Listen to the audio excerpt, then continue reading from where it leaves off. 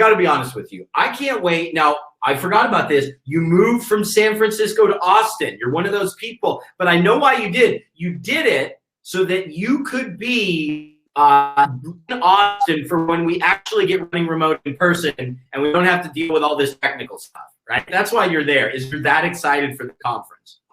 Exactly. To be honest, this is very weird. It's a very weird fate plan. I bought the tickets, for the event, and I didn't cancel it. And that was sort of our first moving day to check the Austin. And then the event. Oh, so you were thinking about moving to Austin before the pandemic? No, but we kept the plane ticket, and that made us to come and check Austin. Really? That's what you did? Yeah, and then it started the fate plan, I will say, to move to the right.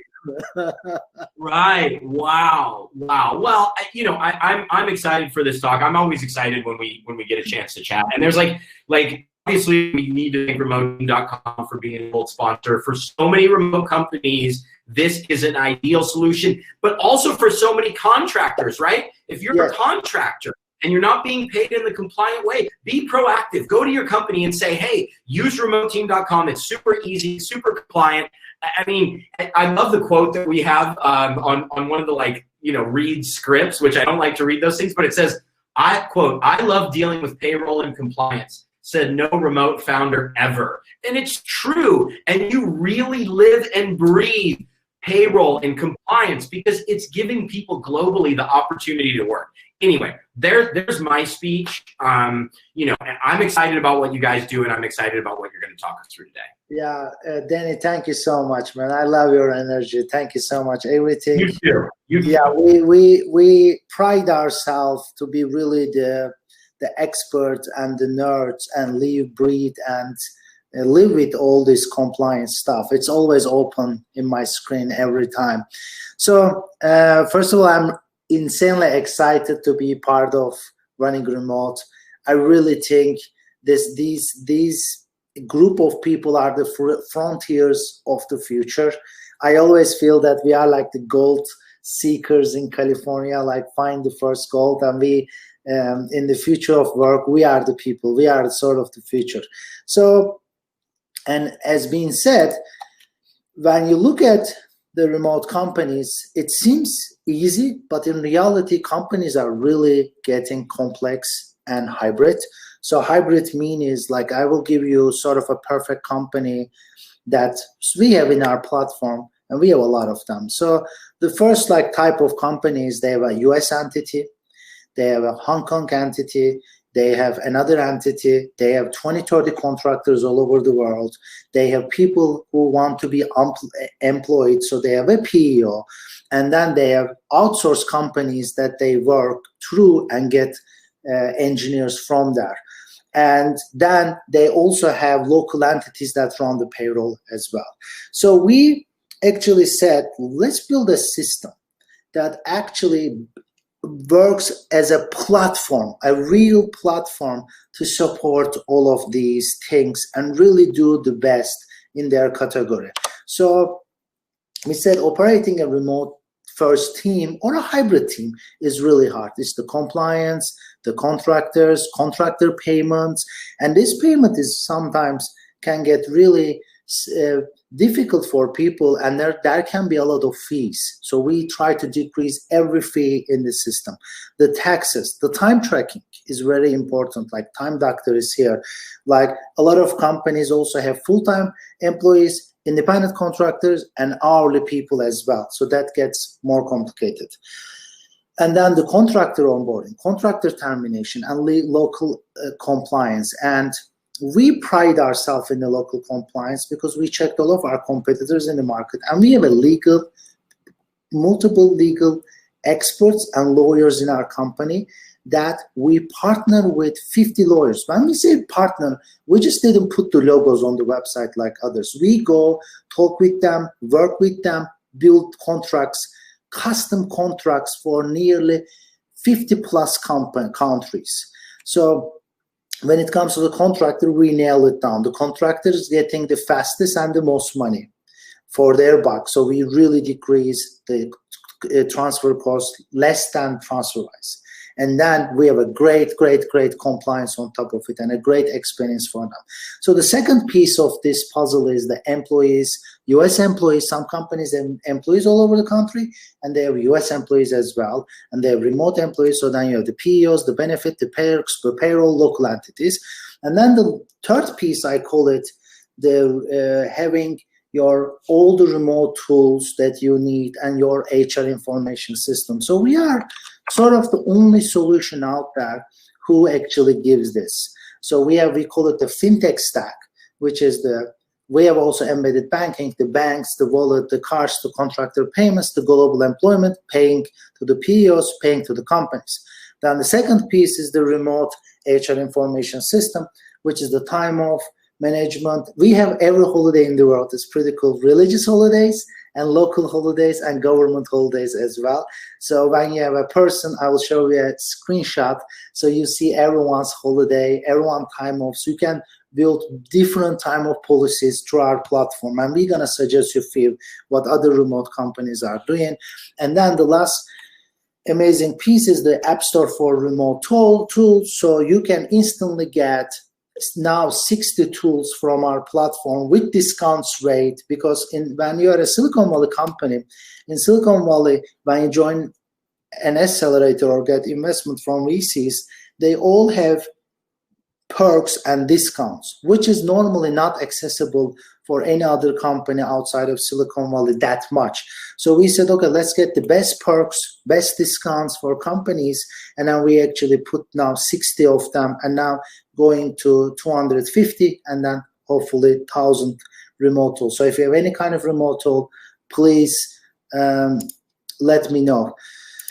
So this is how our dashboard looks like when you are running remote. This is how like a screenshot. So you see all the holidays here, all the veterans there, all the Thanksgiving days. So let me go to the presentation mode. I gotta all that. Okay, perfect. I hope it's working. I don't know. I cannot see the chat. So let's continue. So why now is everyone know why now? So I'm gonna pass this quickly. So the companies are becoming remote because of the, I think, global trends in the world. Hey, they're calling for you to put it in presentation mode, and you had it for a minute. Can you put it back? And then it's working. It's working like this. Yeah, there it is. Yeah, that's it. Perfect. That's it. Perfect. Okay. Right. Thank you. Right, Thank you. Yeah. Thank you. So this is a trend. We can talk about remote, and we have a very different way of thinking why the world is becoming remote. And one of my biggest beliefs is the talent. We are entering a new era of self-taught.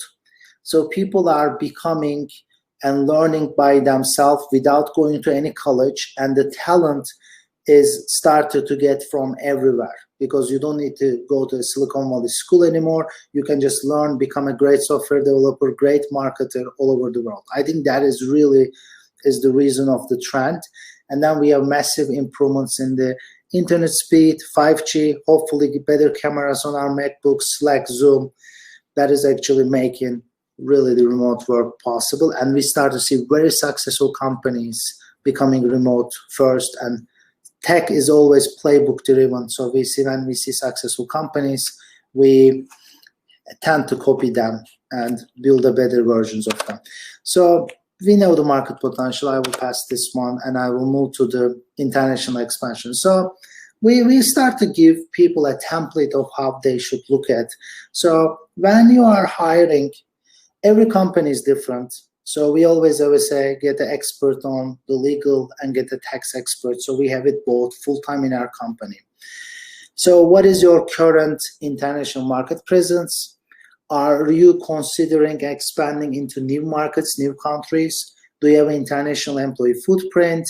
Do you use independent contractors internationally? And that is a start for most companies. They start with an independent contractor, they find it, or they go to the Upwork, and after some relationship builds, they will love to take them into employee category and work as an employee, because in many countries there's a lot of regulations in independent contractors. They cannot work more than 30 hours in some countries. So it's always good to ask for a legal advice here.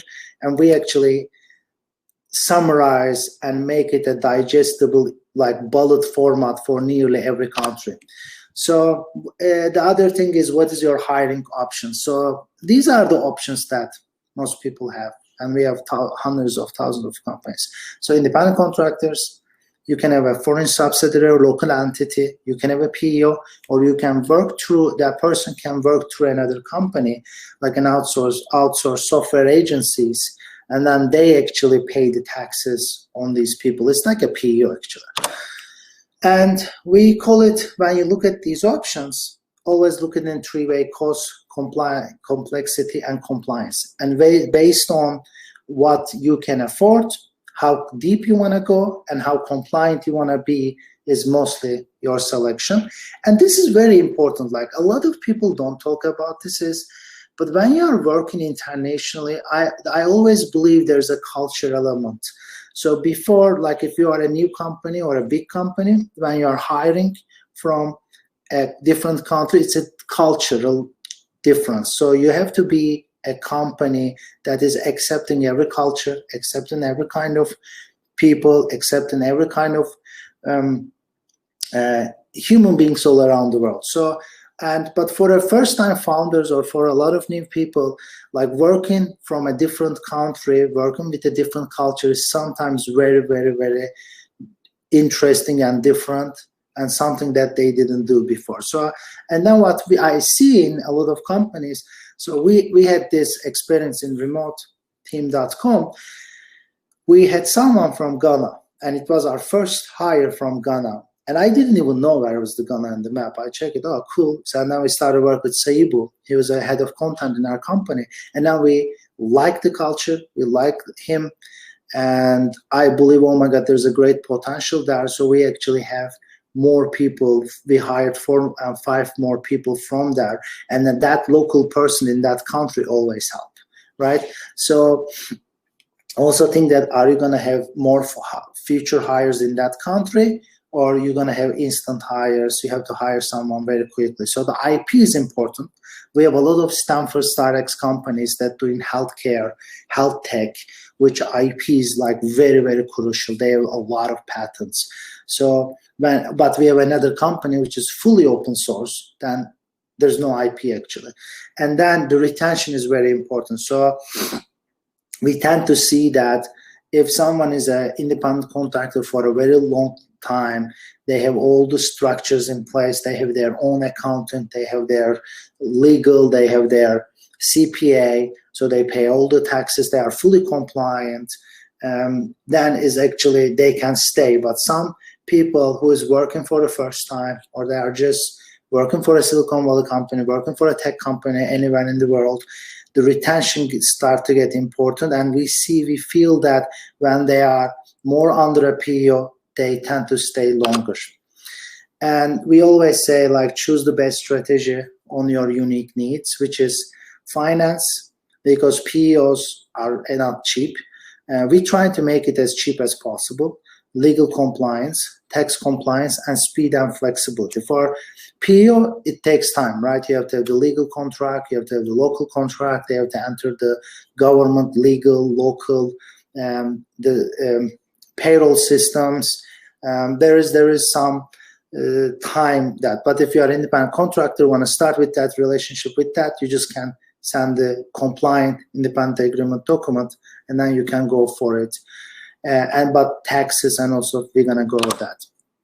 So for a successful expansion, these are the 3 basic things that you can take it home, and like it's a good starting point. Like even you are hiring as a PO or independent contractor, I always have a entry strategy and exit strategy and hiring plan. Even if it's for one person, it's always people are tend to hire more in that country. This is what we see it in every single company we have. And always, this is very bullet, very important, always have a local legal and tax guidance on the contractor or on the PO or even the outsourced company. So always have a legal advice and tax advice, and which we can provide you. And if you want to go deeper, we always have a great local partner that we know them, we talk with them regularly, and we can introduce you to them. So for independent contractor, the advantages everyone knows is quick, flexible, low cost. But the issues is the tax might not be covered. Maybe independent contractor is not paying the taxes. Maybe there is something in the contract that can put them in the employee status, which we see it nearly most cases. Like what people are doing, they find a template contract and then they give that contract, and it's mostly they go to like a legal website online and download an independent agreement contract, which is actually based on US employment, US contractor agreements, and then use that agreement to hire someone internationally. But in our contracts, in most countries, that you're going to see a section that is written by a local legal expert in that. And the way we select it is very, very interesting. We talk with many legal law firms in that country, but then we end up selecting the ones who has experience on working with tech companies, experience working with international companies, like our French partner is working with Salesforce. And they are one of the top one, and they have a practice for remote work, so we can use, they are very excited to help remote companies.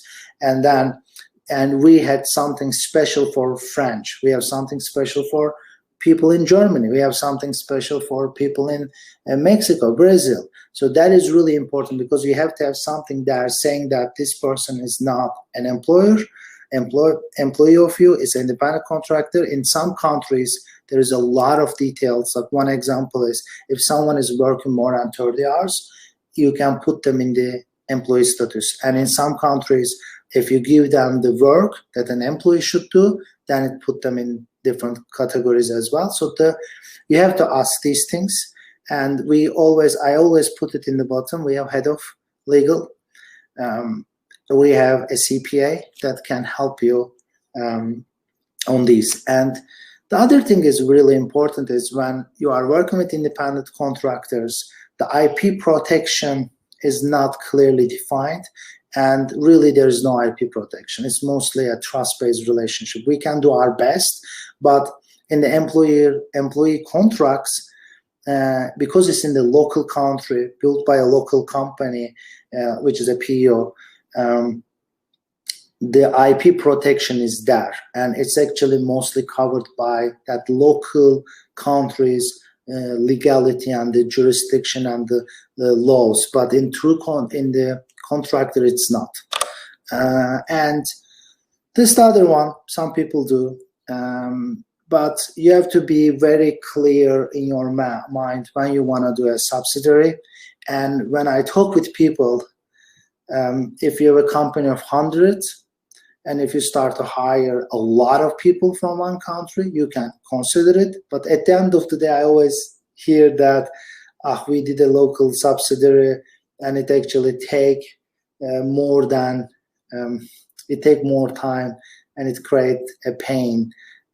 So you have to be very careful. Okay, I have 5 people. Should I go open a local subsidiary, or should I still keep it on the PO? And my suggestion is, based on your company, of course, but if you are not 1,000 people company, it's always to keep it on the PO and try to get a better deal in the PO than go open a local subsidiary. Like, this is really difficult, open a subsidiary, but it gives the highest legal protection. It offers true market presence. So we sometimes see, very rarely in some countries, like people love to work on that local entity. But now the world changed. Everyone is becoming more like digital nomads, like used to working remotely. So then actually most people will love to have a direct relationship with the headquarters as well. But it's still sometimes in some countries give a market presence to have a company and office there, right? So it says enforceability, because there's a local agreement that you are doing. And then sometimes some companies acquire physical assets. And it's expensive, time consuming, and it's always a pain. It's always a pain, but it actually you have to manage the compliance. So always, I want to do a subsidiary or local entity versus a PEO. Always, always, always think deeper. And this is the PEO that everyone is talking about. So it works like a proxy company. So there's a company. We have it in some countries. In some countries, we work with the best. And the way we select our POs is like we look at them that they worked there for 20 years, and they have experts with head of legal in the company. They have CPAs. They work with hundreds of companies, and they have the best price. And we select these kind of companies. So we don't think that a company who is doing like a remote work for 1 or 2 years and can go and open a PEO and can really offer a service. Like it's nearly impossible because like these employment laws is like very deep and complex. So we love to work with local partners. And what we did is we streamlined the experience. So it's happened in our dashboard. It all like totally in our dashboard. So you don't have like we don't direct you like a referral fee to a third party. It's all in our one platform. So we have it in it, but when you hire someone, it says like a small dot is through a PEO. And then if you have, let's say, 3 people from one PEO, 3 people from another, we like smartly, seamlessly send the money to the PEO, and then they pay the people with the full taxes, with the full government compliance, and sometimes local benefits. So there's a lot of pros here, which is you become fully local compliant, handles all the onboarding and offboarding. And then we also suggest our legal team and our CPAs and the PO partner we have always suggest you offboarding, like when you should do it, if you're going to do it, how you're going to terminate it. We always give good advice there. Local benefits, there's always great local benefits. And we execute the payroll in a lot of countries. And then we constantly give employee support. But if you want to do something more, like if you want to give a bit different health insurance, in some countries, health insurance comes, like in Brazil, there's a health insurance, there's a lot of unions. So a lot of perks and benefits is included in the payroll, but in some countries, some people like to give like car benefit, health benefits, more private health care. Like in Canada, the government has a good health care, but they still have private health care there as well. So we have 5-6 different healthcare companies that we work, health insurances we work, and then you can get these for the employees and give it as a benefit. And how PEO can help you, it's like help you to scale, get rid of administrator, local guidance, reduce timelines, and you can employ staff. So this is it actually. So we actually think us as your like head of remote, and we head of compliance, head of everything, yeah, head of global payroll and billing, right? Like you walked me through the more broad solution, and companies need these type of partners, to say the least. Can we get into a couple questions? Yeah, let's get a couple questions. That will be M&A as well. We have a session just full M&A. Yeah, but we can get some questions. Cool. We've got about 4 or 5 minutes here. Andrea asks, what countries do you have entities and which ones do you subcontract? Interesting questions. Yeah, so we have working with a Switzerland one to set up our entity. Most of them we do partners. Like we have entities, but we don't do the PEO under that entity. We do it for other reasons. But for PEO, like even we are working to build our own entities, like we always find a great partner there who can do it way cheaper and way better than us. So like we have a partner in India that like they are doing this for 20 years, like, and they have hundreds of people. They're really young, genius guys, and turn it into a service, and they can offer like $200-300, right? So how we can beat that, right? So we tend to stay away from a PU entity, actually, as much as possible. And because corporate America solved this issue, but for us, it's streamlining to the person. Like, so the person, the company has a streamline. They don't need to deal with this. They sign one contract and we handle the rest. Here's a question from Janine, who says, what is the incentive for companies in certain countries to employ foreign independent contractors versus local, if any? I think that's a real problem, right? Some companies might employ foreign because there's less compliance related oversight. Yeah, exactly.